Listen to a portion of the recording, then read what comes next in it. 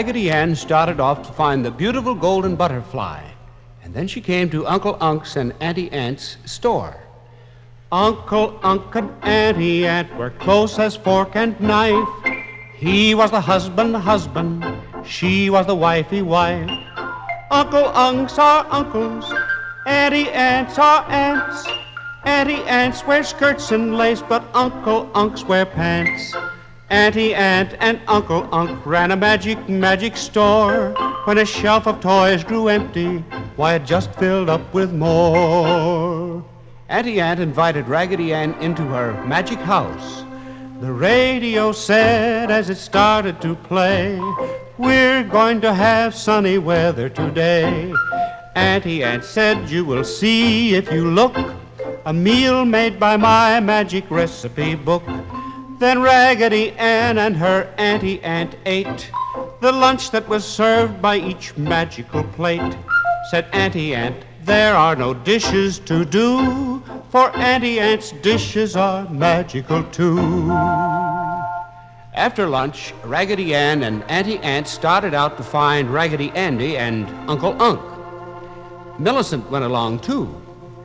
Millicent was a little toy dog. Millicent wagged her little short tail. Millicent had a silly little Millicent nose. She could follow any trail. She'd sniff, sniff with her nose to the ground. Sniff, sniff and zigzag around.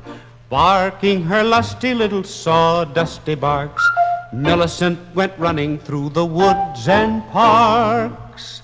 They found Uncle Unk and begged him to come home. But Uncle Unk ran into the Grotto of Greed. But afterwards he was sorry. The people never trust each other when they are in the Grotto of Greed. They take things away from each other, even things that they'll never need. They only want the gold and glitter. They never do a kindly deed. They're so unhappy and so bitter when they live in the Grotto of Greed. After his friends rescued Uncle Unk, they had a picnic by the Weenie tree. There were lots of weenies growing on a wild, hot weenie tree, and as they grew, they wiggled until they wiggled free. Oh, you've never had a weenie as good as a weenie can be until you've had a weenie from a wild, hot weenie tree. They dropped down on a hot space and rolled themselves around. They sizzled and they sputtered till they were nicely browned.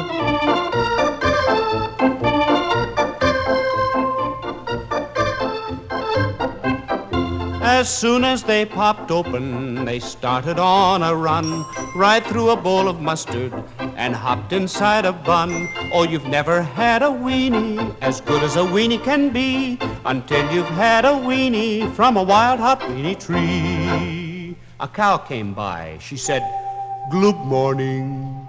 My lady cow said, "Don't you think my hat is sweet? And did you see the shoes and stockings on my feet? My dress is what the better kind of cows will wear when we all sing together at the county fair."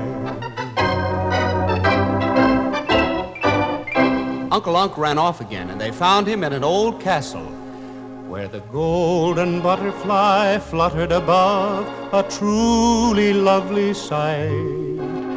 The butterfly raised and lowered her wings, which shone with a golden light.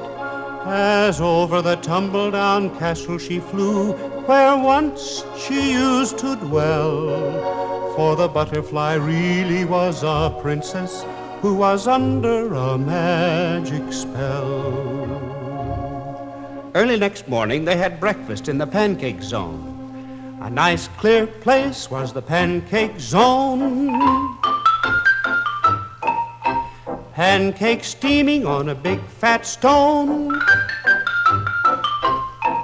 They kept flip-flop, flip-flopping up and down